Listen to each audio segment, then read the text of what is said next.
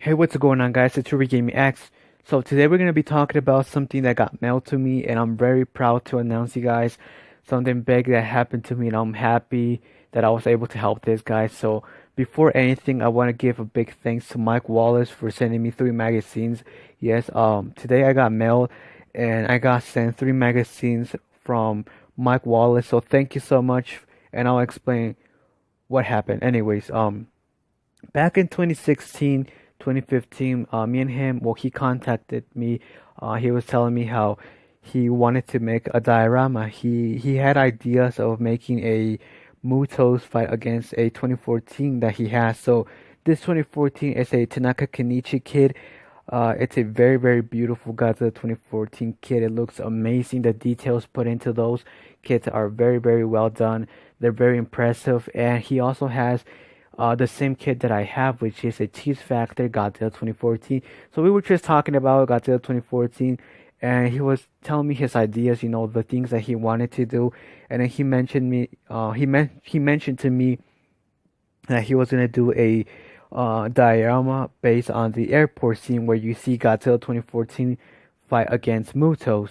So back then we really didn't have any Mutos figures. The only Mutos figures that we really did have was the Bandai 3-inch Mutos, and then later on X Plus did a Godzilla 2014 Ric Boy exclusive with a Mutos, and I had that back then. So he told me, I needed a Mutos. He told me if I was willing to sell him the X Plus 2014 Mutos, and I told him, you know what, I'm sorry, but I'm not selling it at the moment. It cost me a lot of money. It's a very rare item. It's a very rare figure.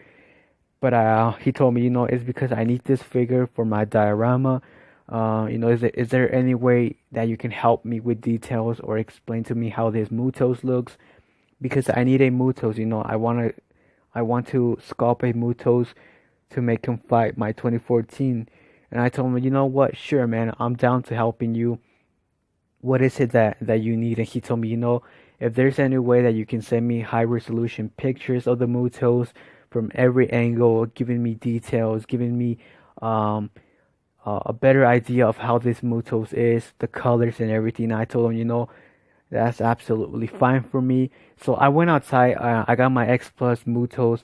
I set it up outside. I took a picture of the front, sides, back, above. I got every angle possible for him to make this sculpt easy for him because he was obviously going to need pictures for the sculpture and everything for the Mutos, and I made sure that I got every angle, the wings, the legs, his feet, his head, his chest, every detail that he could possibly need. I sent him pictures of it, and I obviously took pictures outside because the sun gives you best, it gives you the best lighting and everything. So you know, I told them, here you go, here are the pictures. I told them, in this picture, you can definitely see that the Mutos is fully black, but from the movie, from what I can tell, Mutos isn't fully black. Mutos is a mixture between black, white, and a grayish tone, so you have to mix them together. And I explained to him where those colors went. So Mutos has black and white around his legs, his feet, his wings, his face, and I basically walked him through everything that he needed to do, and he told me, you know what, thank you so much for helping me. I couldn't have done it without you. I'm making this diorama. I'm going to send you pictures of the diorama once it's finished. It's a thing that I've been wanting to do. It's a project that I'm working on, and he told me that he put a lot of effort into it, and you know, he contacted me later by mail. He told me, that he was making a magazine and that he was going to send me those magazines. He told me if I was interested. I'm like, sure, you know what? If you want to send me those magazines, send me those magazines of your work, of the sculpture and everything.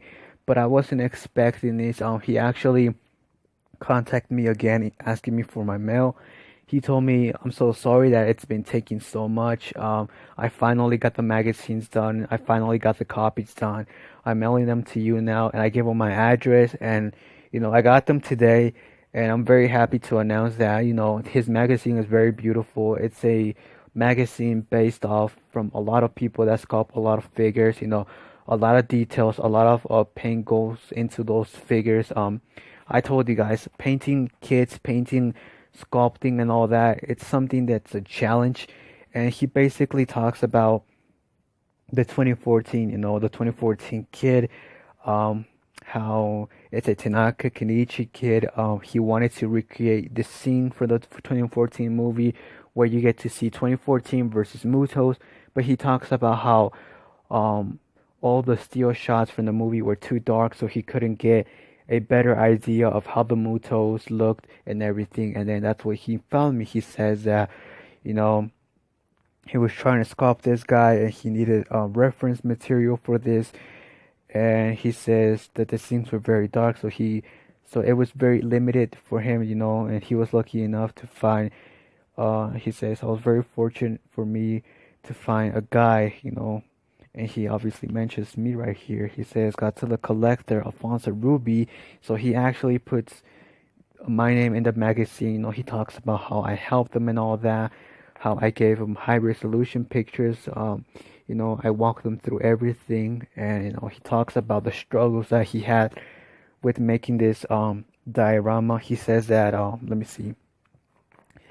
He says that it was a challenge for him sculpting this Mutos, that it was very hard for him to sculpt the Mutos because, sculpting, I told you guys, sculpting is never easy. It's always a challenge. It's always something that you're going to have problems with. It's not going to be fully perfect and you have to remold things.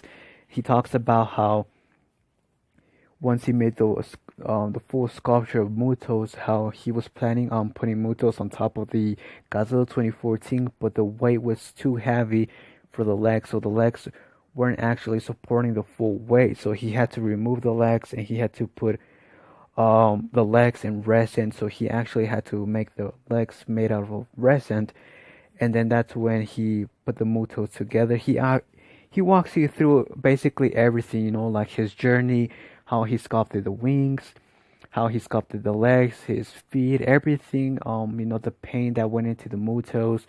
And then he talks about his journey buying all those airplanes. He said that the airplanes were not cheap, because they're made out of die cast, and as we know, die cast is not cheap, and I could only imagine how much it actually cost them to mail me those things.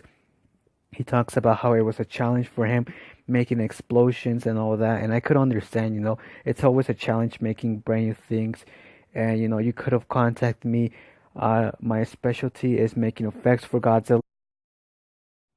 Once again, thank you so much, Mike Wallace, for mentioning me in your magazine. It's a pleasure being in your magazine. It's a pleasure for my name to be on a magazine. I feel very happy. I feel very proud, and you should definitely feel proud of your work, of your diorama.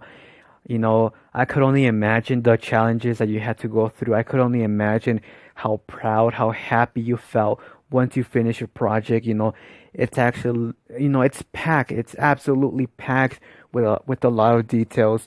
The details that you put into Mutos, the sculpture and everything, it's very beautiful.